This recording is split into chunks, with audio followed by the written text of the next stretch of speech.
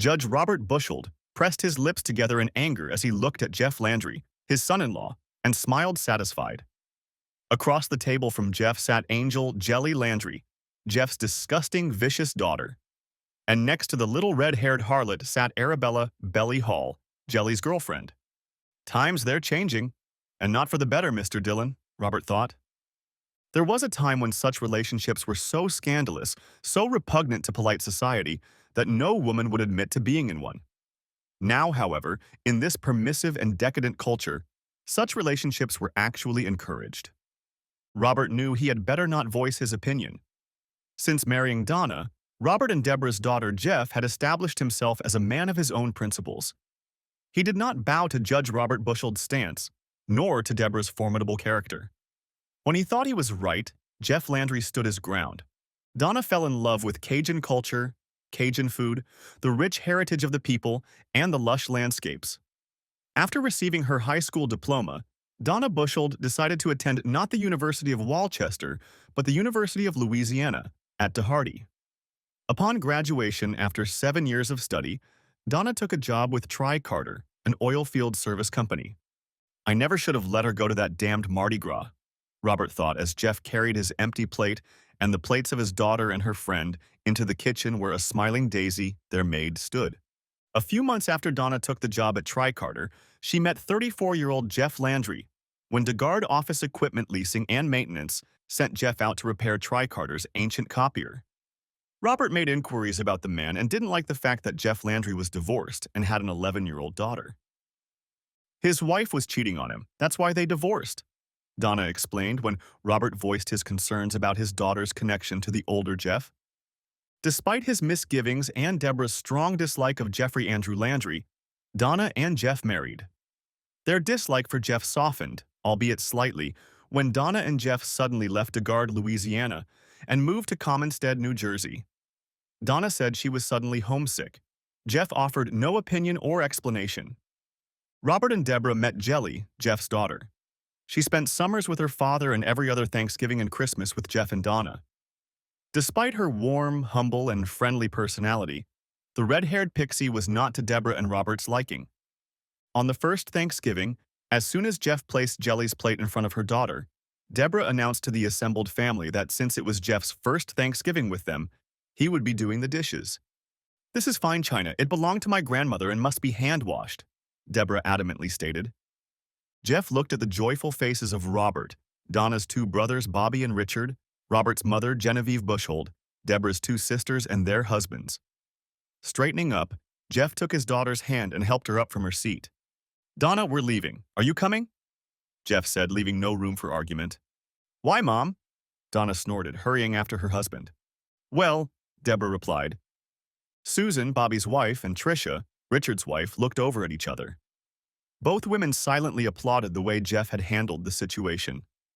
Later, as the men sat in the living room watching soccer, Susan confided to Tricia that if Deborah had done that little trick, she would have eaten a lot less of the Chinese food her grandmother had so treasured. From that day on, the rare occasions that Jeff Landry came to the Bushold home, Deborah and Robert treated their son-in-law with cold politeness. Donna had somehow convinced Jeff that since this was the first Thanksgiving his daughter and her friend were living in Commonstead, New Jersey, they should try to show Jelly and Belly a nice, traditional Thanksgiving dinner. If the cold atmosphere bothered Jeff, he didn't react in any way. If the awkward silence bothered Jeff, Jelly, or Belly, they didn't show it in any way. All three of them were sitting at a large wooden table, decades old, eating a very good meal. Deborah's lips tightened unhappily as she heard Jeff complimenting Daisy and thanking the woman for the delicious food. Didn't the buffoon realize he should be thanking the hostess? Even if Deborah didn't prepare the food, she provided it. Therefore, one should thank the hostess, not the paid servant. After that, the 15 guests, Deborah and Robert retired to the parlor while Daisy and Pet, Daisy's sister, brewed coffee and cut pumpkin pies. During dinner, Jelly, Angel Landry, blabbed that she was pregnant. "Wonderful, just wonderful. Another worthless hedgehog siphoning off our tax dollars for the rest of eternity," Robert thought dejectedly. Now in the living room, Susan politely asked Jelly what she planned to name the baby. Robert mentally put a black check mark in Susan's ledger. Susan had to ask if Jelly planned to abort the bastard fetus. Or adopt, of course, Robert muttered, but immediately faltered when Jeff threw him a stern look. We don't know, Jelly said, giving her blonde friend a loving look. We were thinking Peyton, if it's a boy. You know, Peyton Jeffrey Landry Hall, Belly said. And Andrea if it's going to be a girl, Jelly said. Andrea Michelle Landry Hall. Michelle is Jelly's mother's name, Jeff explained to the crowd. Well, when Bobby and I have a baby, Susan said, if it's a boy, I won't have a choice. Robert Stephen III, Bobby said smugly. And if it's a girl, Denise. Denise Elizabeth Bushold, Susan said. See, Susan's older sister? Denise Elizabeth Prescott died when Susan was a baby, Bobby explained, though no one demanded an explanation. What a tragedy, Deborah said without the slightest emotion in her voice. I like the name Carter if it's a boy, Donna suggested. And Willa if it's going to be a girl. Jelly and Belly looked at each other, silently expressing their opinions on the names. Robert noticed the murderous look Jeff gave Donna. Donna noticed Jeff's look too and recoiled from her husband. You bitch! An unbelievable bitch, Jeff growled, his voice full of venom. Hey now, Bobby said, rising to his feet. How I wish you would, Jeff growled, also rising to his feet and clenching his fists. Bobby was 6 inches and 50 pounds. Even after 4 glasses of his father's oak leaf whiskey, Bobby was smart enough to realize he stood little chance against his sister's little Cajun, especially since the latter looked so indignant at this point. Daddy? Jelly asked, noticing the tension in the room. That bitch, that little slut wants you to name my grandson after her lover, Jeff growled, looking at his wife with hatred. The women in the room gasped at the man's vulgarity and his revelations. Donna burst into tears. Robert rose from his comfortable chair, determined to take control of the situation. Don't come home, do you hear me? I don't want to see you. I don't want you anywhere near me. Do you hear me? Jeff ordered, heading for the door. Daddy, wait. We need to get our coats, Jelly called out, following her father. I'll get them, Belly offered. Belly rushed past the bulky Robert Bushold and rushed into the guest room. She quickly found her coat, Jelly's coat, and Mr. Jeff's coat. She grabbed their purses and ran back to the front door of the house. As she passed Donna, Belly saw the wrinkled, stricken woman. She paid no attention to the usually haughty Miss Donna, who smirked as she looked at her and Jelly. Belly wondered why she had no compassion for the real Donna Landry. Thanks, sweet booger, Jeff said, calling Belly by the nickname he'd given her when Jelly had introduced her best friend to her daddy. I'll give you a ride to the apartment, Jeff said as they climbed into his dark green 2016 Dodge Ram 3500 megacab pickup truck. Don't you need any help? Jelly asked. I guess. I'll probably need a bunch of help. What can you two do? Nothing, replied Jeff. Daddy, I'm so sorry, said Jelly. I know you loved her. You said it right, sweet bunny, Jeff sighed. Loved her. Past tense. The trio fell silent as Jeff drove through the eerily quiet streets of Commonstead, New Jersey. Everyone seemed to be at home enjoying a quiet dinner with family, friends, and loved ones. Jeff turned down a small dead-end street and pulled up to an apartment complex. Past tense. When I found out about her little affair with Big Bill Carter, God, it took everything I had not to kill her, Jeff said as he put the car in the parking lot. Minnie, Mrs. Carter, Big Bill's wife, put an end to it before I could. Then she said, let's move back to New Jersey. Belly and Jelly waited for Jeff to continue his story. The stove was blowing hard and they didn't want to get out of the truck into the brutal wind. I thought, sure, why not? I mean, I don't have all the facts. Did he coerce her? Did he threaten her? I really thought I had put it all behind me, put it in the past where it belonged. But what exactly? Jeff tapped the steering wheel. You want you to name my grandson, my precious grandson, after that worthless, low-life son of a bitch? Belly and Jelly jumped up as Jeff let out an anguished cry. He pounded his fists on the steering wheel again. Finally, he sighed and pressed the electronic door locks, unlocking the truck. Bye, Daddy, I love you, Jelly said and kissed her father gently on the cheek. Bye, Mr. Jeff, I love you, Belly said and kissed the man on the cheek as well. Why do you have such a stupid big truck? Jelly complained, climbing out of her truck in reverse. I mean, he's a man. They think a big truck says they have something big or something, Belly told Jelly.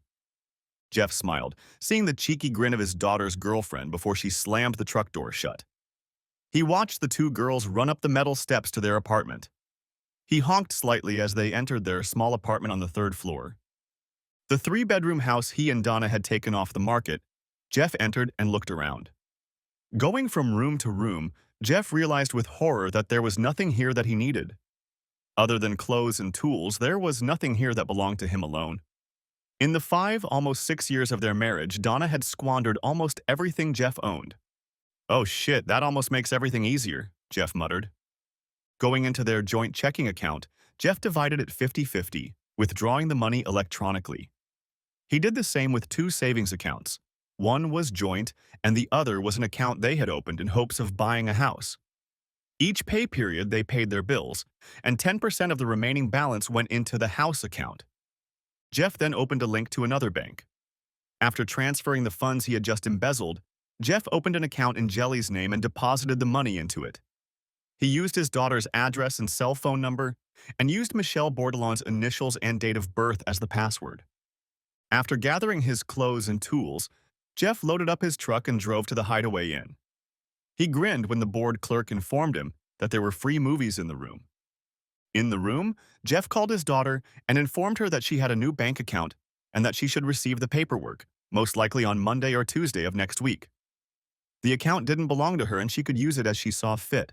She just needed to make sure Judge Robert Bushell couldn't somehow get his paws on it. "I'll pay all the taxes and other fees," Jeff promised his daughter. While he was talking to Jelly, Jeff noticed that he had received several text messages and 3 voicemails from Donna. Nodding his head, Jeff remembered how Deborah had insisted that everyone turn off their cell phones during Thanksgiving dinner. Of course, that edict didn't apply to Robert, Bobby, or Richard. It only applied to those who were in the way, those who were strangers. "I'm sorry, I wasn't thinking." And other apologies seemed the norm to Donna. Jeff deleted messages and voicemails without listening to them. He had no desire to listen to another of his wife's lies and excuses. Jeff sent a message to Donna's cell phone, letting her know she could go home. He wasn't home. He then blocked Donna's number, her mother's number, her father's number, and the numbers of her 2 asshole brothers. He turned on the TV and flipped through a selection of videos. Friday morning, Jeff enjoyed the continental breakfast the motel provided him, and then used the Wi-Fi to look for a lawyer. Ronald O'Donnell was on site. He hadn't taken a 4-day weekend. "Yeah, helps being an only child with really shitty parents," Ronald joked. "Wife doesn't have a family?" Jeff asked, noticing the large wedding ring on the ring finger of Ronald's left hand. "The husband has one. No, they disowned him for being gay," said Ronald. "Oh," Jeff said and presented Ronald with all the information he had, as well as the prenuptial agreement that Judge Robert Bushell had insisted on. "Should have seen the original," Jeff smirked. "Gave Donna everything if I ever farted wrong once." "Familiar with Judge Robert Stephen Bushell?" "I can imagine," Ronald said. "Unfortunately, you continued to cohabit with Mrs. Landry even after you learned of her infidelity. I assume you also continued to enjoy your companionship with her." "Enjoyed is probably too strong a word," Jeff smirked as his cell phone rang. "I'm sorry, I have to take this. It's my boss." Patrick Turner apologized for calling Jeff at a time when Jeff was supposed to be on a 4-day weekend. Patrick had a client, a long-time customer, who was having trouble with an older model color copier. Patrick promised a double fee if Jeff could get this monstrosity working properly. "I told him it's a 3-hour minimum. He's desperate," Patrick advised. "Give me an hour. I'm right in the middle of things," Jeff said. "Hell, drop your load and get to Joe's office ASAP," Patrick ordered, grinning. "Will do, boss," Jeff said. "Do you want me to give her my regards?" "No, find out if she has a sister," Patrick said and ended the call. Using the phone, Jeff transferred money from his new account to pay Ronald's fee. Ronald promised to file the paperwork with the Suladu County Clerk of Court's office by the end of the day. He shrugged when Jeff reminded him again that Donna's father was Judge Robert Bushell. The Sulad County Clerk of Court must have been ordered to take his time to review the papers filed by Jeff Landry, or any attorney acting on his behalf. With a smirk, Ronald simply filed the same papers in New Jersey State Court, bypassing Sulad County. The smirk disappeared from the court clerk's face when, a minute later, a notice of filing appeared on her computer screen. Next, Judge Bushell tried to prevail on Jeff and his attorney. Thanks to her father's connections, Donna had hired the law firm of Cooper, Farnsworth, Wells and Associates. Ronald grinned as he and Jeff sat at the large conference table across from James Farnsworth and the three junior partners. New Jersey was a no-fault state. Jeff was suing over irreconcilable differences, not adultery, although filing suit and proving adultery would have provided Jeff with a more favorable outcome. So the four attorneys representing Donna Landry simply spun in place, smacking their lips and making noises. There was cheerful Christmas music coming from upstairs. There was a small plastic Christmas tree in the corner of the conference room, and underneath it were presents in smart wrappers. Jeff was sure they were just empty boxes wrapped in brightly colored holiday wrapping paper. When James Farnsworth finally fell silent, Ronald and Jeff stood up. James's piggy eyes widened in surprise as Ronald and Jeff opened the conference room door. "Thanks for the coffee," was all Ronald said as they left the room. Jeff felt a prick of conscience as he heard Donna burst into tears. The door closed with a click, muffling her sobs. He followed Ronald to the elevator. "Between us," Ronald sighed heavily as the elevator doors slammed shut. "I hate divorces. Yeah, they pay the bills, but..." Being a judge, Robert Busheld had very quickly scheduled a hearing before Judge Shirley Howard. Disregarding Ronald's objections, Judge Howard scheduled no less than 8 counseling sessions with a certified marriage counselor. Jeff and Ronald shrugged as they left the courtroom. A pathetic Christmas tree stood in the corner of the hallway. Looking at the plastic symbol of the jolly holiday, Jeff wondered how old the tree was. He was willing to bet the tree had been purchased decades ago. Over the years, the metal trunk and the grooves that attached the branches to the metal trunk had gradually deteriorated. Even the ornaments seemed old and dull. "Look, do your 8 lessons, try not to piss anyone off, and we'll see," Ronald sighed as they waited for the elevator. "You know what? I'll take the stairs," Jeff decided, as Donna and her troupe of lawyers stepped out into the hallway. Dr. Roberta Stitwell was a woman in her early 40s. She wore no makeup and was dressed in sloppy clothes. Her long, graying-brown hair was gathered into a severe bun, and her glasses kept slipping off the tip of her nose. Her waiting room was devoid of any glamour, with uncomfortable hard plastic chairs as seats. Even with cheerful Christmas music playing overhead, there was no visual reminder of the season in Dr. Stitwell's waiting room. Dr. Stitwell's office was no better. There were no paintings on the walls, and the walls themselves were a faded white. Her desk was quite serviceable, brown in color, and her chairs were stiff, wooden. When Jeff picked up one of the chairs and set it as far away from the other as possible, her eyes strained. "Wow, what an unattractive office you have," Jeff said after Dr. Stitwell finished listing her credentials. "I put the chairs in here on purpose, Jeff," Roberta snapped back. "I'm sure you did," Jeff agreed. "And since you insist we address you as Dr. Stitwell, my name is Mr. Landry." "So you think you're going to play hardball with me, Jeff?" Roberta grinned. Jeff's friendly smile irritated the woman. Trying to regain control of the session, Roberta turned to Donna and asked what she hoped to get out of the session. Jeff, please put your phone away," Roberta demanded before Donna could speak. "Okay, Roberta," Jeff agreed easily. "Dr. Stitwell," the woman snapped back. "Oh, then I'm Mr. Landry," Jeff repeated. "But I'm recording these sessions. When we go before Judge Howard, I want proof that I actually participated, that I complied with all reasonable requests." "You can't record these sessions," Roberta shrilled. "Oh, crap. When are you going to pay me $210 an hour? Jesus, Donna, did you really go out of your way to find the most expensive consultant in Commonstead? But when are you going to pay me?" "Then you'll tell me if I can record these sessions or not," Jeff said firmly. He bestowed the apoplectic woman with another benevolent smile. Donna waited until the showdown between her husband and the doctor was over. "Besides, who knows? Maybe your words will prove so inspiring, so helpful that I'll want to listen to them over and over again," Jeff offered, smiling broadly. "Go ahead, Donna," Roberta snorted, conceding to Jeff Landry in this confrontation. For the next 30 minutes, Donna, snorting and sobbing, told her side of the story. She detailed that she hoped that she and Jeff, the absolute love of her life, had a chance to find love for each other again. "After all, we're expecting our first grandchild," Donna snorted. "Jeff, Mr. Landry?" Roberta asked while Donna blew her nose into a very cheap napkin Roberta had provided. "Yes, Roberta? Dr. Stitwell?" Jeff asked. "Your goals?" Roberta snapped back. annoyed that Jeff had picked up on her deliberate use of his name.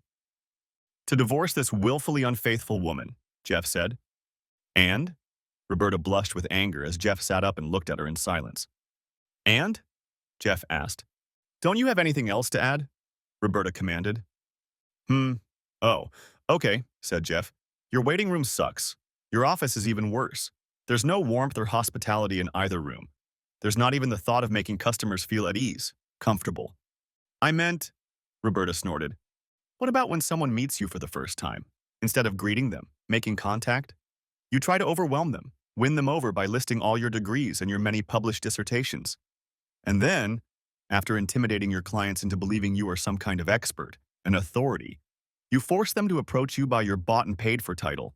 Again, instead of establishing some kind of rapport or connection, empathy, Jeff continued to attack. Gee, Mr. Landry, that will be enough, Roberta shrilled. And let's talk about you personally, Jeff continued. Jesus Christ, have you ever heard of makeup? I'm not telling you to put on makeup like a whore, but God Almighty, put a little effort into it. A little lipstick under the eyes to get those circles out. A little foundation, okay? In your case, a lot. Just even out that blotchy skin. Remember, we have to look at you. A little eyeliner, some mascara. Try to do something about those flat, dirty brown eyes of yours. Mr. Landry, that's more than enough, Roberta continued. And that hair. You know, my sister used to put her hair up in a bun or braid it into a French braid when it needed to be washed, but she didn't have time. But if you pull that bundle tighter, your eyes will turn Asian, I swear, Jeff continued. And let's talk about clothes. Did you purposely go out and look for the most unflattering clothes you could find? That's a great job. Honestly, I didn't know they still made leisure suits out of polyester. Oh, they do.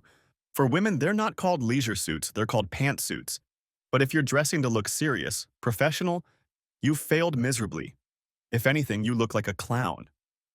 Go away, leave my office immediately, Roberta growled. And that's exactly why I recorded this session. You're making me leave the session 10 minutes early. Jeff smiled, rising to his feet. Oh my God, Roberta said bitterly as the door slammed quietly behind Jeff. Are you sure you want to stay married to this man?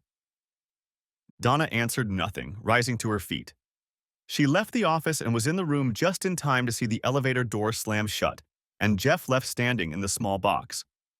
At the next session, Jeff asked Dr. Stitwell if she was married. She refused to answer, and Jeff did a quick cell phone search, although Roberta demanded he put the phone away. The answer is no, you're not married. And you've never been married, Jeff read aloud. And your dissertation on living in an asexual society? That doesn't inspire confidence that you know anything about relationships. Jeff turned to Donna. Donna waited with her head down. Jeff shook his head sadly.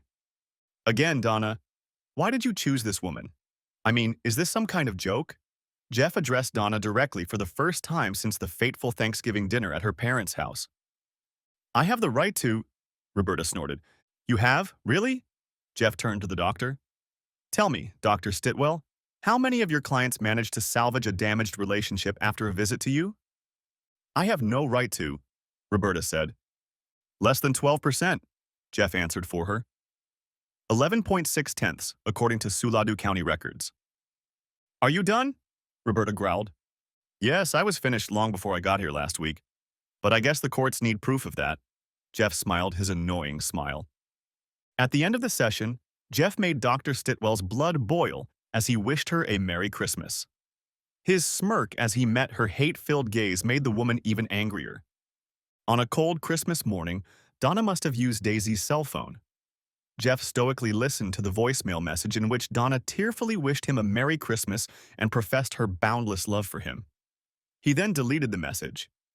Jelly's potbelly was now very noticeable. Jeff hugged her and kissed his daughter on the top of her head, wishing her a Merry Christmas. He then hugged Belly and wished her a Merry Christmas as well. The Christmas Mass at St. John the Baptist Catholic Church was filled to capacity. The priest was a young Vietnamese man who seemed to genuinely love his vocation, his profession. He promised the celebrants that he would be quick. A cup of hot cocoa awaited him in the parish.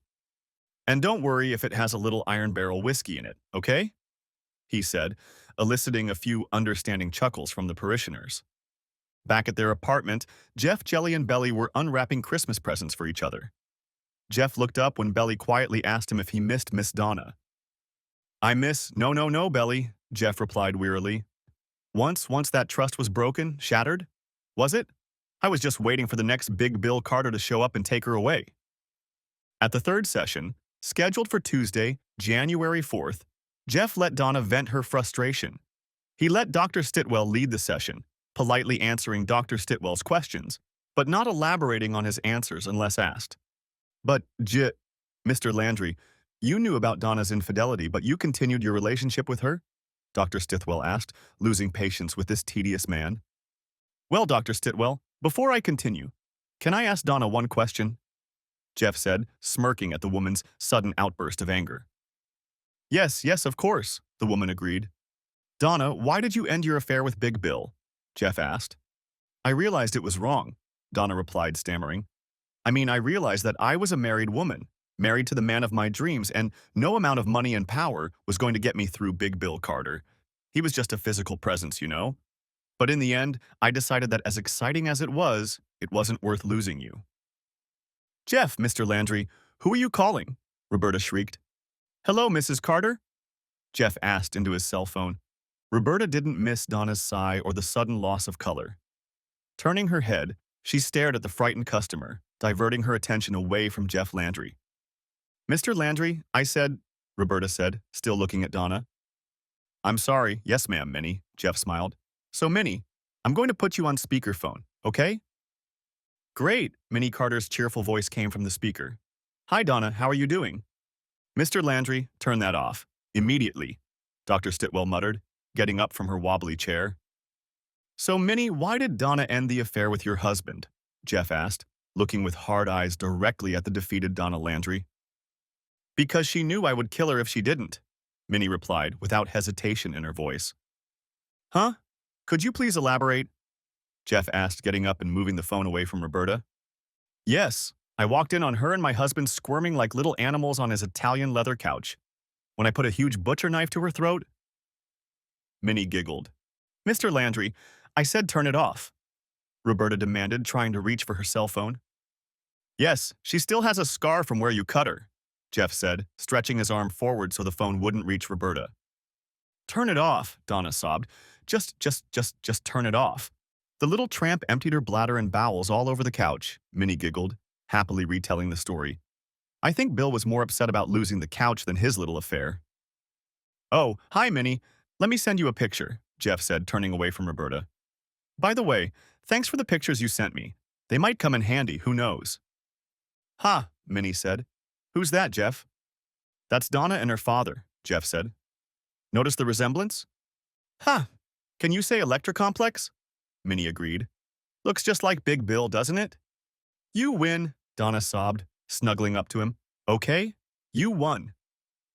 So, Roberta, Dr. Stitwell, now that we've established that Donna is a liar, Jeff said, looking at the puffing and puffing consultant. Out! I want you out of this office immediately, Roberta shouted in anger. Judge Shirley Howard was not amused as she read Dr. Roberta Stitwell's report. Despite Judge Busheld's thinly veiled threats, Shirley had signed the papers confirming Jeff and Donna Landry's divorce. Reading the folder that Shirley had delivered by courier to his office, Robert bit the inside of his cheek. Wrinkling in pain, Judge Robert Busheld cursed Jeff Landry again. Donna, his beauty, looked haggard and defeated. She'd lost 20 pounds she couldn't afford to lose since that Thanksgiving dinner. And God only knows why you ever married that little coon-ass, Robert muttered, tossing the papers onto the cluttered desk. Pulling out his cell phone, Robert dialed Patrick Turner's number. He informed Patrick that it would be in his best interest to make sure Jeff Landry lost his job so he wouldn't be able to come back and demand child support from Donna. Yeah? Give Bushold a break, Patrick laughed. Like I'm going to lose my best employee just because your feelings were hurt. You know, I don't think you can afford to go against me, Turner, Robert snorted. What the hell? Patrick laughed. It would be a real shame if you lost points around here, Turner, Robert threatened. Oh, shit. Did I forget to tell you? You're being recorded. Shit, Patrick grinned. You can't use, it's unacceptable, Robert muttered. Who says it can be used in court? I just accidentally gave it to a certain reporter from Suladu Crier that we both know, Patrick stated. Geez, Robert S. Buchold? You're just a dumbass, Patrick said to himself that evening as he saw a police tail trailing behind him. At the next corner, a patrol car flashed its headlights. Patrick pulled to the curb and pulled out his cell phone. A smirking policeman approached the driver's window. Good evening, Sergeant Parnell, Patrick said affably. Why was I pulled over? License and registration, Sergeant Parnell barked. Of course, of course. Sergeant Parnell, I'm reaching into the glove compartment to get my car papers, Patrick said and reached for the passenger side of his car. I'll be right back, Sergeant Parnell barked, roughly snatching the documents out of Patrick's hands. Sergeant Parnell took his time getting into his patrol car. When he finally got tired of keeping Patrick Turner waiting, he got out of the warm patrol car again and approached Patrick's vehicle. He frowned when he saw Patrick talking on his cell phone. So do you think your lawyer can do anything for you? Sergeant Parnell asked himself, frowning. There he is, Patrick said, lowering the driver's window again. Sir, hang up the phone and get out of the car, Sergeant Parnell barked. Did you hear him? Patrick asked on his cell phone. Yes, I heard him, replied Captain Albagnelli, whose voice boomed out of the car speakers as Patrick switched the call to his Bluetooth. This is Captain Albagnelli. Officer Parnell? Why is Mr. Turner being ordered out of the car? This is Sergeant Parnell, Sergeant Parnell stammered, losing all bravado. If you can't give me a satisfactory answer to my question, it's Officer Parnell, Captain Bagnelli snapped back. Robert Bushhold had no qualms about the misfortune that had befallen Sergeant Parnell. Men like Sergeant Parnell were expendable. He had managed to get the county to turn over the maintenance contract to a new company. The loss of revenue hurt Patrick Turner somewhat, but the loss of the account only lasted until the cable network in the courthouse itself failed and the smaller company was unable to fix it. The new company was also unable to retrieve the information from the old storage system, jeopardizing decades of records from 1985 to the present. Jeff, I know it would cause quite a stir if I sent you, Patrick smiled as he negotiated a contract renewal bonus for his company. No, Miss Varney, you heard me. 25,000? Or hey, good luck with your system. I've been telling you for years that you need to upgrade. Placing his hand on the mouthpiece of his desk phone, Patrick reminded Jeff to be on his best behavior, even if he happened to run into Judge Robert Bushhold. Then he returned his attention to the county comptroller. The latter did not flinch and even waved Jeff to leave the office. On April 15th, while many people were frantically trying to finish paperwork and figure out how much to give the IRS, Angel was admitted to Suladu Hospital in Carlton, New Jersey. The little woman underwent a C-section. An obstetrician-gynecologist decided it was the best decision for mother and child. Andrea Michelle Landry Hall, you are the most beautiful baby girl in the world, Jelly announced as she took the red-haired girl in her arms. And you're the prettiest mommy in the world, Belly declared, sobbing, standing next to Jelly's bed. Of course I am, Jeff agreed, wiping away tears of joy. After all, they have the most handsome daddy and grandpa in the world. Huh? Is he coming later? The obstetrician-gynecologist asked, amusement dancing in the lively brown eyes. Oh, it's so cold. So cold, Jeff laughed, taking another picture of his granddaughter on his cell phone.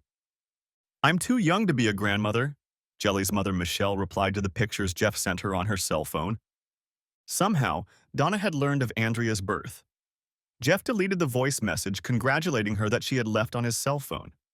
Jelly showed her father the beautiful ballerina doll and silver brush and comb that Donna had sent for Andrea. What do you want me to do, Daddy? Jelly asked. Honey, I want you to do what's best for your Andrea. In everything, always do what's best for your little girl, said Jeff. I love you so much, Daddy, Jelly stated as she pulled the sleeping infant off of his chest. Yes, Belly replied. On October 15th, the day of Andrea's 6-month birthday, Jelly reminded Jeff that his own birthday was coming up. Belly teased Jeff by pointing out all of his gray hairs poking through his short-cropped brown hair. She squeaked, then laughed when Jeff grabbed her hand and bit her finger. Don't worry, Mr. Jeff, Belly said, snuggling up to him. 72 isn't that much. You brat. Jeff laughed, hugging Belly tightly. I'm going to be 52, 42, not 72. Really? Wow, time is not favorable to you, Belly giggled. Oh, here's the thing. You're not my sugar booger anymore. You're now a snotty booger, Jeff announced. Well, seriously, Daddy, what do you want for your birthday? Jelly asked, slapping Belly on the arm for being so disrespectful to her father. Sweet bunny, what could I possibly want? Jeff asked. I have a beautiful daughter. Two. Two beautiful daughters, Belly reminded him. And one snotty daughter, Jeff continued, causing Belly to squeal and Jelly to giggle. Leaving their third-floor apartment, Jeff walked down to his first-floor apartment. Entering the one-bedroom apartment, he hung his light jacket on the antique coat rack next to the front door. Looking around the apartment, Jeff nodded satisfied. Not bad for a bachelor pad, Jeff decided as he pulled a Gratchely beer from the refrigerator. A small couch and chair stood in the combined living dining room. A light brown leather sofa and a hunter green velour armchair complemented each other. The freestanding floor lamp in the corner was the color of antique brass and went well with the sofa and chair. The table and 4 chairs in the dining room were light brown wood with antique brass details. Jeff hadn't noticed it when he'd bought the set at the store, but it was Belly who had noted that the table, chairs, and floor lamp matched the 2 rooms perfectly. The kitchen was small, barely functional, but since he cooked mostly for one, it was appropriate. When he'd moved in, Jeff had thought Donna would have immediately given up the apartment just because of the kitchen. The bathroom was also paltry. There was barely enough room to turn around in the cramped room, but since Jeff used the room for the bare essentials, that was fine with him. He wasn't going to take a bubble bath, do his makeup, or style his hair. The first bedroom, in Jeff's opinion, was more suited to be a large closet. He had bought a crib, changing table, and matching toy box at a garage sale. There was a playpen in the closet. Jeff figured he would need it sooner rather than later when Andrea turned 6 months old. In his own bedroom was a double bed with a Tempur-Pedic mattress. Patrick Turner, his boss and friend, accused Jeff of liking plush and comfortable beds. Jeff asked Patrick what he and his boys sleep on. Along the north and east walls were a tall dresser and a low dresser with a mirror. The nightstand was the perfect size for the bed against the south wall. An inch wider and the nightstand would have gotten in the way of opening the closet door. The rent was a little high, but since he was only a few steps away from his daughter and granddaughter, Jeff didn't mind paying the rent each month dutifully on the first day of the month. He smiled as he remembered that he had 2 daughters and a granddaughter. And being right on the stairs, Jeff was an indispensable babysitter when Jelly and Belly needed to run an errand, do some shopping, or even go on a date. On a date, Jeff snorted. In the girl's mind, a date consisted of going to Wally's Pizza around the corner and getting a large Wally's Harvbanger pizza. Then the duo would head to the arcade next door, or across the street to the Garden State bowling alley. Then, hand in hand, flushed with happiness, they'd return, pick up Andrea, and drive to their home. Yeah, Jeff said, draining a can of beer. Kind of like a date, but they're happy. Sitting down on the bed, Jeff brought the empty can to his lips. Realizing the can was empty, Jeff set it on the nightstand. He sat like that for a long time, just staring and seeing nothing. On October 31st, Patrick decided that Halloween was the perfect date for Jeff's birthday. After all, Jeff was undoubtedly a horror. Roses are red, cucumbers are green, you don't need a mask, even if it is Halloween, Patrick stated as he handed Jeff a $50 gift card for Wally's Pizza. Roses are red, violets are blue, sugar is sweet. What the hell happened to you? Jeff said, then thanked Patrick for the gift card. Jelly and Belly will love it, that's for sure, Jeff thought as he tucked the card away in his wallet. During lunch, Belly sent a text asking if she could bring a friend to a special dinner she and Jelly were making for his birthday. Jeff pondered the question but agreed that Belly could certainly bring a friend. It better not be Donna, Jeff thought suddenly, when Belly sent a series of emojis with kisses and birthday cake. Belly worked at Dependable Commercial and Residential Cleaners. The Dependable office was in the same building as the First National Bank of Commonstead, where Donna was the executive assistant to Beverly Hollister, the branch manager. From time to time, Belly crossed paths with Donna and told Jeff about these encounters. She looks kind of rude, was usually Belly's first remark. She was asking about you. The toner cartridge was ripped out of Jeff's hands at his last client's office. His shirt was completely lost, as were his khakis. His work boots were running low, so Jeff wasn't too upset about them. But it meant he'd have to call Jelly and let her know he needed to clean up before he could make it to the holiday dinner. Okay, Daddy, I'll see you soon, Jelly said cheerfully. But he's coming, isn't he? Jeff heard Belly's insistence and prayed again that this friend wouldn't turn out to be Donna. In the morning, Donna called him, obviously from her work phone. Jeff answered, figuring it was probably a new client.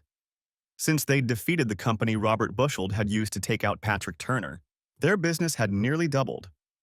Happy birthday to you, Donna purred, trying unsuccessfully to imitate Marilyn Monroe. Thanks, Donna, Jeff replied and ended the phone call. Relatively clean, it would take industrial detergent to wash the ink off his hands. Jeff went up to his daughter's apartment. As he knocked on the door, he heard 3 squeals and smiled as he heard sounds of youthful glee and happiness on the other side of the door. He's here! Andrea, the birthday boy, is here. Jeff heard Jelly's voice as Belly swung the door open. Hi, sweet goat, Jeff smiled as he kissed the pretty blonde. I thought I was Snotty Potty, Belly insisted. Hi, you must be Belly's friend, Jeff said to a very pretty red-headed girl sitting at a small table in the dining room. Daddy, this is Sydney, Belly introduced. And guess what? It's her birthday today, too. Looking into the girl's eyes, Jeff felt a small spark. Shaking the girl's warm, soft hand, Jeff thought it must be static electricity. He stared into her caramel-brown eyes for a long moment before letting go of her small hand.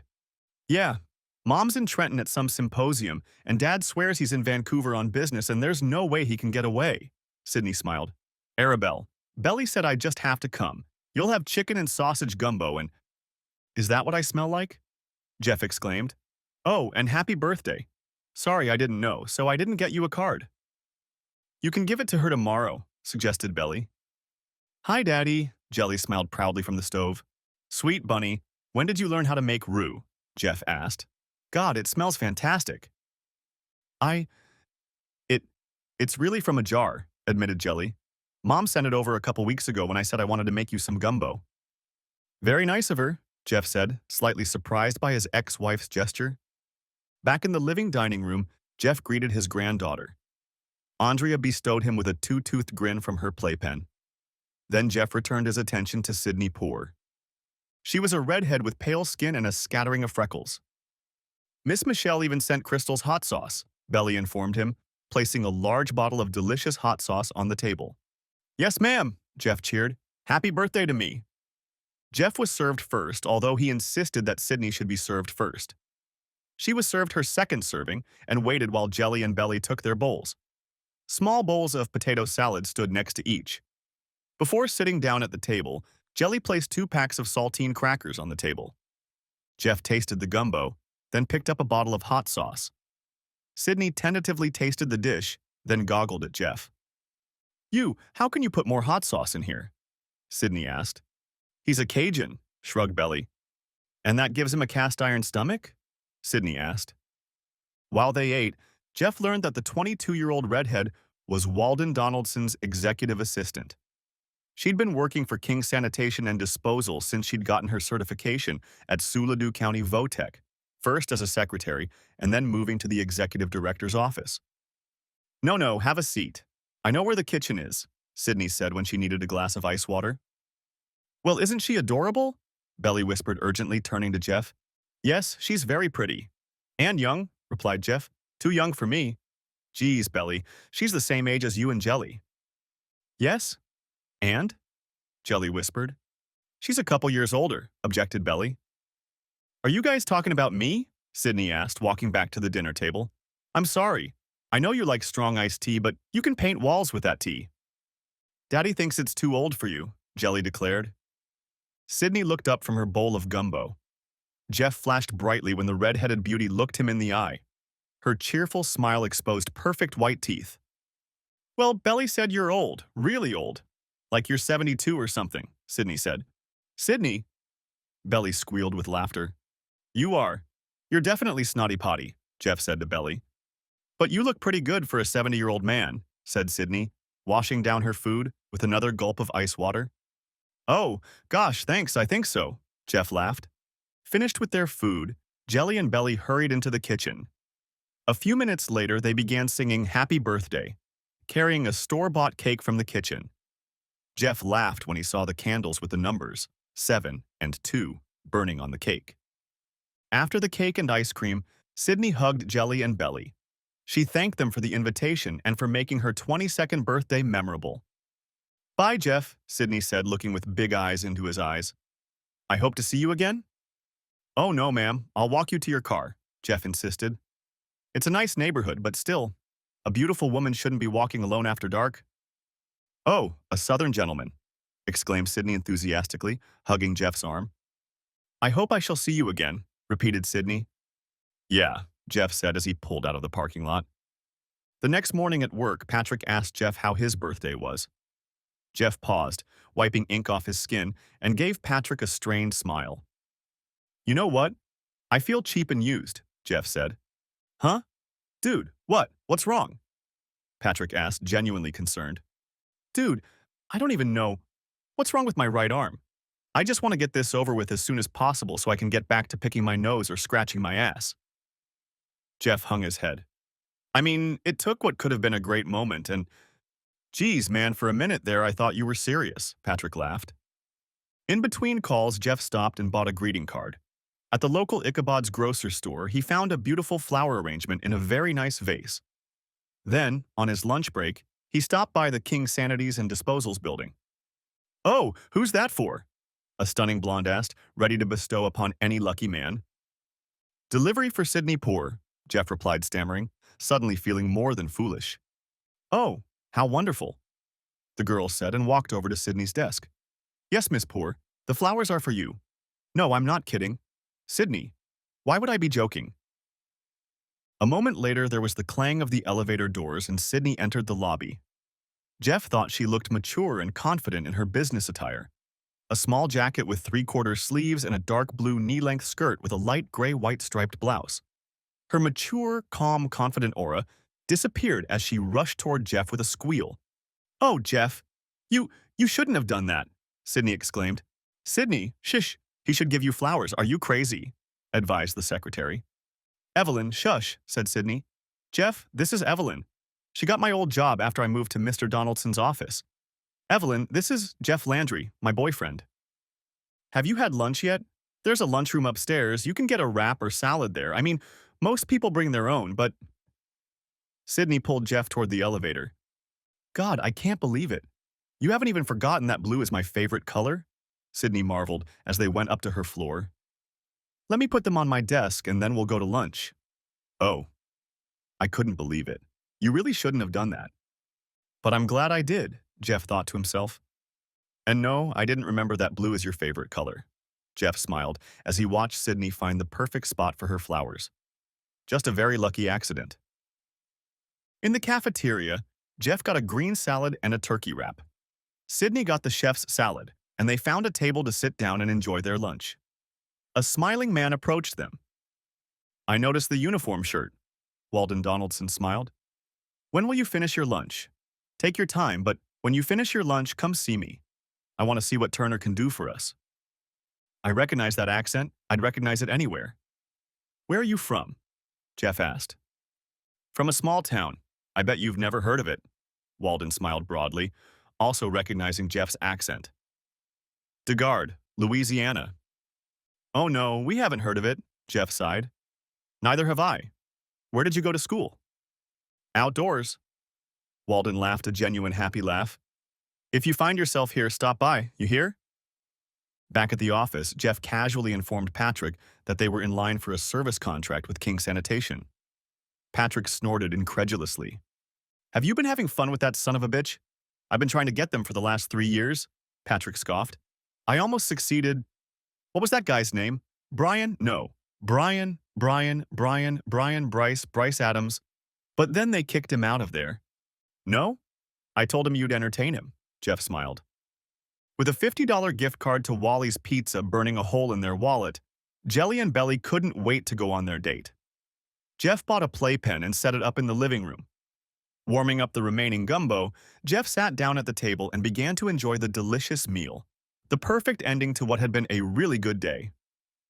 "Okay, this Friday? No. I won't be able to babysit my granddaughter," Jeff told the two girls as they came to get Andrea. I have a date. Thanks a lot, Belly, Jelly rebuked playfully. Whatever you say, Belly smiled, slinging her diaper bag over her shoulder. Ready? Jeff and Sydney went to a Chinese restaurant for dinner, and Jeff impressed Sydney with how easily he used chopsticks. Then they went to a local corn maze, followed by a hayride, and ended the outing with a mug of hot chocolate by a roaring fire. Saturday night, Sydney took Jeff to a laser art exhibit. Jeff enjoyed the spectacle, but the hard techno music was too loud and, frankly, unnecessary for his taste. During the week, Jeff managed to keep an eye on his granddaughter. He was attentive to the infant, even as one text message after another popped up on his cell phone. But suddenly Friday and Saturday were busy. Jelly complained good-naturedly, and Belly puffed up with smugness. The Saturday before Thanksgiving, Jeff and Sydney were at an Italian restaurant in Carlton. They planned to go to a nearby nightclub. Sydney wanted to dance and knew the drummer of one of the cover bands. Jeff said suddenly, looking toward the restaurant door. Problem? Sydney asked, raising her eyes from her Caesar salad. Oh, no, said Jeff. Then why did you say, like that? Sydney nudged him, watching the hostess lead two people to a table nearby. This is Donna, my ex-wife, Jeff admitted, looking at a very gaunt Donna Busheld and Seamus McCullen, her high school boyfriend. Jeff knew that Deborah, Donna's mother, approved of Seamus. She had said so more than once in Jeff's presence. Deborah had also hung a picture of Seamus and Donna from the prom in a place of honor on the mantelpiece. Jeff didn't know where Deborah Busheld had put the picture from Donna and Jeff's wedding. More than once at dinner, Deborah told Donna about Seamus's latest accomplishments. She's beautiful, Sydney said, looking at the blonde hair and expensive clothes. Sydney, she looks emaciated, Jeff said. Jeff noticed the bags under Donna's eyes. The makeup hid them well, but Jeff knew his ex-wife too well not to notice them. Jeff also noticed that Donna had lost a lot of weight. The skin on her face had tightened. And although she was smiling as she looked at a grinning, posing Seamus McCullen, Jeff noticed that the smile didn't reach Donna's eyes. Shaking his head, Jeff returned his attention to the Caesar salad. Do you want to leave? Sydney asked. What, and skip the sausage and linguine you've been talking about so much? Jeff asked as the waitress carried away their plates of salad. Skip, Sydney hummed. Run, run, run. All about how this is the best sausage and linguine I've ever had. I could never eat anything else in my life, Jeff teased. Shut up, I didn't say anything like that to Jeffrey Andrew Landry, Sydney protested, laughing. After a very tasty meal, Jeff paid the bill and helped Sydney up from her seat. As he turned to give Sydney his hand, Jeff heard a loud gasp. Looking around, Jeff saw Donna's haggard face looking up at him. Jeff saw her eyes fill with tears as he held Sydney's hand in his. The cover band was a good band, with a good singer. They would never get a recording contract, but they could pay their bills by performing at gigs like this. Jeff and Sydney danced while the band played. When they left for a break, Sydney pulled Jeff backstage. Rowdy smiled and didn't try to stop Sydney. Even as he talked and joked with the musicians, Jeff was haunted by his ex-wife's anguish. When the band called a break again, Sydney said it was time for them to leave. Snuggling up to him as they walked to his pickup truck, Sydney unobtrusively asked Jeff if his apartment was clean. What do you care? You won't see it in the dark, Jeff replied, as his brain comprehended her words and their meaning. I'm not calling a dirty bathroom, Sydney protested.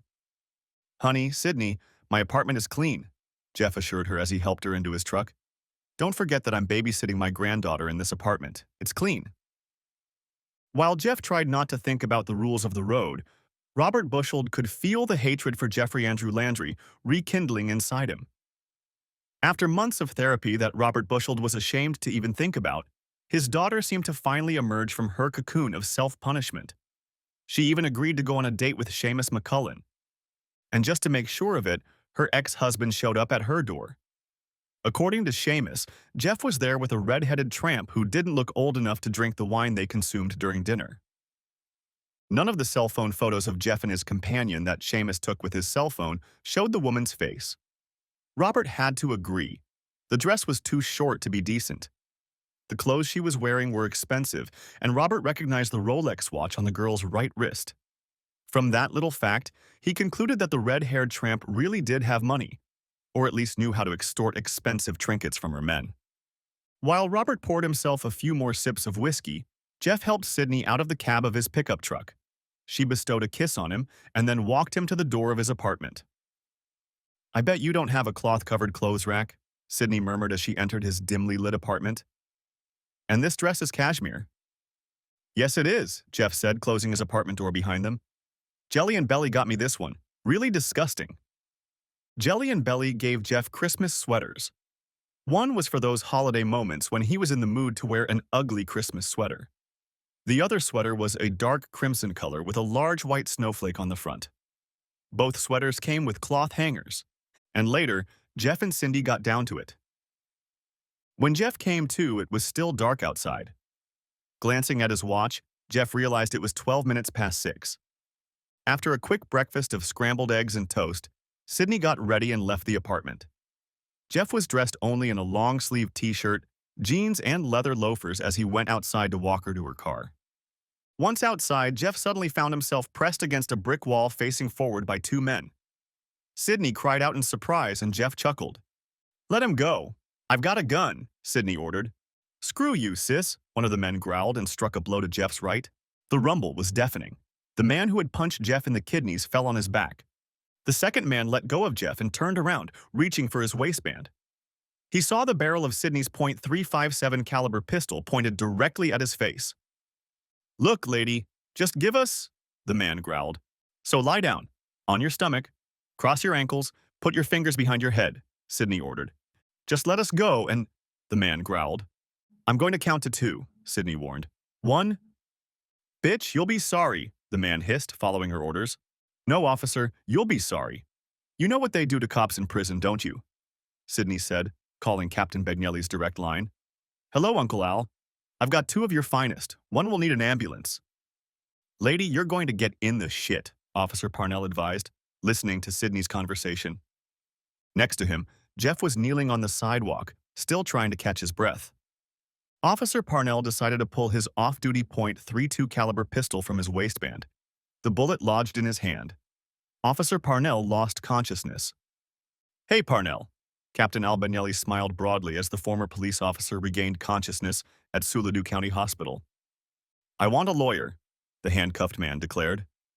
9 hours later, as Judge Robert Bushhold executed a perfect 124-yard shot on the 7th hole, a difficult dogleg, a police cruiser swept across the golf course and stopped less than a yard from the astonished man.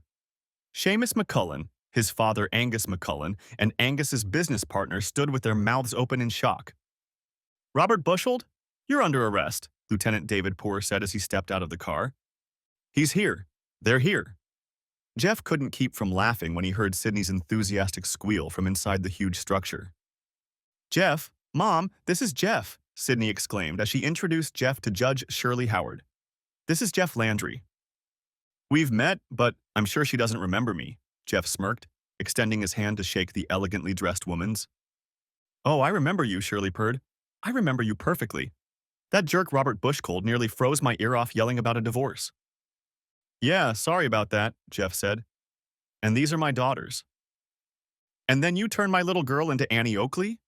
Shirley continued, then gasped, looking at the stroller. Oh, who's that? Who's that little angel?" "Jelly and Belly, and this is their daughter Andrea." Jeff smiled proudly as he watched Judge Shirley Howard kneel on the floor and coo over the slowly recovering Andrea. James Poore was much older than Judge Howard, but even though James was 79 years old, you could read intelligence in Jeff's gray eyes. He also had a firm handshake. "Glad you're here, Jeff. Can I call you Jeff?" James said in a firm voice. "Our house would be completely empty. My oldest Jimmy is serving at the Pentagon. No, we can't talk about what he does there, but he wouldn't be able to join us, and David could show up, but he's a senior officer on duty. And God only knows where Samuel is now," Shirley said as she led Andrea over to James. "Look at her. Isn't she adorable?" "Well, look at this. My goodness, look at that red hair," James cooed, looking at the smiling girl. "What a beauty you are." "Daddy likes redheads," Sydney whispered loudly, pointing to her mother's red hair. Judge Shirley passed the bar exam and began practicing under the name Shirley Howard. And even after she met and married James Samuel Poore, she kept her maiden name.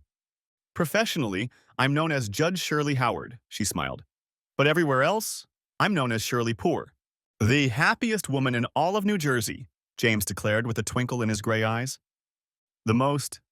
Jelly began to ask. Because she's married to me, James said, smiling broadly. How those eyes haven't turned brown yet is a mystery to me, Shirley smirked, shaking her head.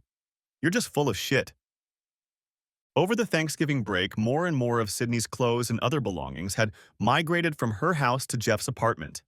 And by the third morning when they woke up together, Jeff had discovered one crack in Sydney's perfect facade. Sydney could barely boil water. Even a glazed egg was beyond her. And when am I ever going to learn? Sydney laughed. Sydney laughed embarrassedly. Not that Consuela was going to teach me. Back at work the Monday after Thanksgiving, Jeff walked into Patrick's office. Patrick waved a stack of papers at Jeff. What the hell, Landry? Tired of being a worthless repairman? Patrick accused. You think you're a salesman now? What are you talking about? Jeff asked. And what the hell is this crap, half-breed? I'm your best. Somehow, we just got James Poor's investment group account, including all his rental properties. And James Poor only does commercial leases, so we're talking about equipment, not little washers, dryers, refrigerators, and… Oh, hey, you. Do you know anything about refrigerators? Patrick perked up, waving the stack of papers again. No, I don't. But what does that have to do with me? Jeff said. Oh, come on. Like you don't know who James Poor is? Patrick snorted derisively. Well, yeah, I do. Jeff agreed. Yeah, and by the way, good for you for putting that asshole Judge Bushel behind bars. Christmas fell on a Monday. On December 18th, the Monday before Christmas, Jeff made an unscheduled stop at the J.S. Poor building. The well-preserved assistant manager didn't let Jeff at her desk. She slowly, methodically typed in information, then had Jeff sink down on the soft leather couch as she continued typing on the keyboard. Finally, she picked up the phone and quietly muttered a few words. Jeff almost laughed when the assistant's cold, indifferent blue eyes suddenly widened and her posture straightened. She muttered something else, then put the phone back on the counter. Excuse me, Mr. Landry.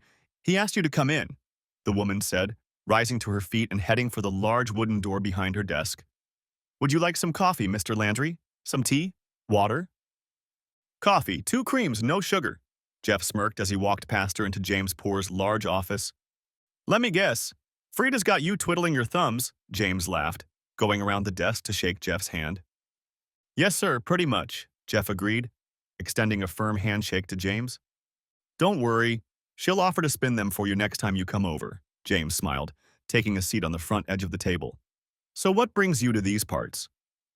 The coffee was as good as anything Jeff had drunk since moving from DeHard to Commonstead.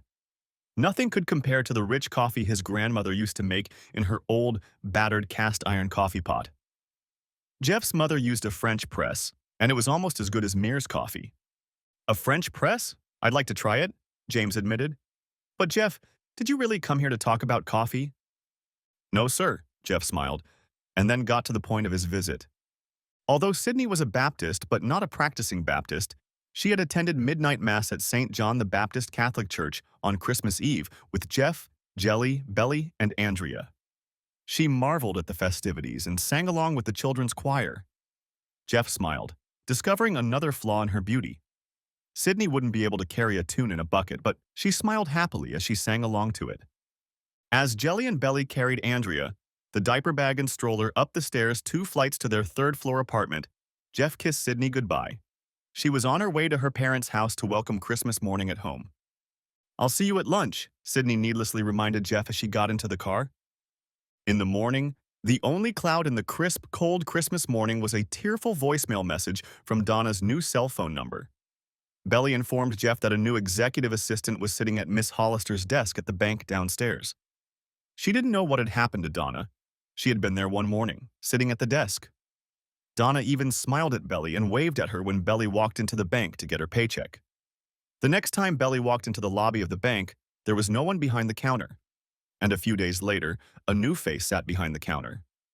Donna only managed to say Merry Cree 3 times before she broke into sobs.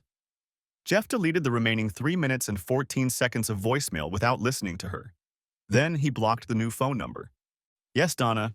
Merry Christmas, Jeff thought, as he pushed aside Sydney's creams, lotions, hairpins, and rubber bands to find his can of shaving cream buried under the trash. Sydney had put all of Jelly Belly and Andrea's gifts in the trunk of her car when she left for her parents' house at 1 hour 48 minutes past 1 in the morning. So Jeff managed to make a dog face when he told Jelly and Belly that he didn't have any presents for them. He did, however, have a few gifts for Andrea, some very cute outfits. Jelly put a cute Christmas sweater on Andrea and pulled matching pants over the baby girl's bulky diaper. Then the family made their way down the stairs. Jeff was alert, waiting for possible trouble. The recent attack was still fresh in his mind. Shirley and James had gone a little overboard with gifts for Andrea.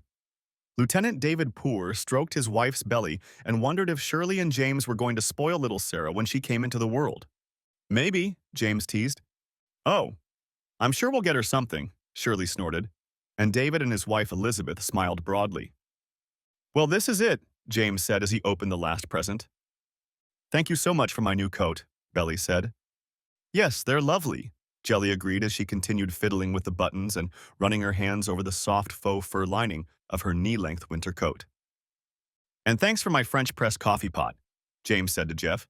Look, just look. He'll try it once, decide it's too hard, and… Shirley prophesied. Consuelo will love it, I'm sure, David suggested. Yeah, James sighed, looking at the 7 boxes still under the Christmas tree. The small tags had Samuel's name written on them in his mother's loving handwriting. Jeff knew there was some story behind the colorfully wrapped presents, but he didn't feel it necessary to ask about it. Maybe he's traveling, Shirley tried to suggest. Maybe, Elizabeth said, squeezing her mother-in-law's hand. If all goes well, Jeff said after a long silence. Yeah? Shirley asked, lifting her gaze from the floor. Sydney, said Jeff, trying to pull the unyielding box out of his wool pants pocket. Oh God, yes, Sydney said, kissing Jeff fervently. Wait a minute, James smiled. He hasn't asked you anything yet. How do you know what he's going to say? Because I asked Santa Claus to, Sydney giggled as she tried to help Jeff pull the resisting box out of his uncooperative pants pocket. Sydney, would you mind? Jeff asked when he finally managed to pull the box out of his pocket. I already said yes, honey, Sydney replied and kissed him again. Damn, that's beautiful, David approved, as he saw the white gold ring with 2 small diamonds flanked by a large diamond. Oh, Sydney, it's beautiful, Elizabeth marveled. Because you asked Santa Claus? James grinned, looking at his 22-year-old daughter. Yes, after all these years, you're not going to tell me Santa Claus isn't real, are you? Sydney said, wiping away happy tears. No, I guess not, replied James. Turning his head, James saw Shirley looking at the presents left under the Christmas tree. Sighing, he stood up. I think we should drink to that, James said. Shirley, is there any eggnog left? Of course there is. Who always buys a gallon of that drink every year? Shirley said, rising to her feet as well. And every year. Hush, woman, James smiled. The wedding took place in May, on a beautiful Saturday. The minister at Redemption Baptist Church wasn't thrilled about their wedding. Jeff was Catholic, and the poor family hadn't attended his church in years. But a few dollars in the treasury changed his mind, and he had a truly beautiful service. Patrick Turner, who acted as Jeff's best man, remarked that Sydney was doing very well for a blind woman. Jeff shifted his gaze from the back of the church to Patrick. What, she's not blind? Jeff said as the music started up, and Sydney, holding onto her father's hand, stepped out onto the walkway. Wait a minute. You mean she can see? And she's still willing to marry you? Patrick asked incredulously. You're just a huge asshole, Jeff laughed. She has a sister. I don't care if they're crazy. Hell, crazy is good, said Patrick. Couple of cousins. Jeff nodded his head toward Captain Al Begnelli and his wife Francine Begnelli, formerly Francine Howard, sitting with their 5 daughters. Of course, their daddy's a cop, so you'll have to clean up your act. The tall one's pretty cute, Patrick offered. 2 months after Sydney's wedding to Jeff, Sydney, Shirley, Aunt Francine, and her 3 cousins, along with Jelly and Belly, were having lunch at the Marble Country Club. Jeff, James, Uncle Al, and David were out riding golf carts, kicking little white balls. Andrea was with the men. She didn't want to leave Daddy. The crab salad is really good, Sydney enthused as she swallowed her food. Sydney, yesterday was 2 months, Shirley said. I know, Sydney exclaimed happily. Can you believe it? No, no, I really can't believe that this little doll you got is only 2 months old, said Shirley, keeping her gaze on her daughter. Oops, Sydney allowed herself a guilty giggle. So how are you doing? How old are you now? Cousin Debbie asked. About 4 months, admitted Sydney. We think he or she is going to be a Christmas baby. There was a violent roll of thunder. Jelly Belly and Sydney turned and saw the waitress looking at them with an expression of horror on her gaunt face. Jelly was the first to recognize the gaunt woman. Donna, Jelly asked. The end. Thanks for watching. I hope you enjoyed it. Subscribe to my channel and stay tuned for the next videos.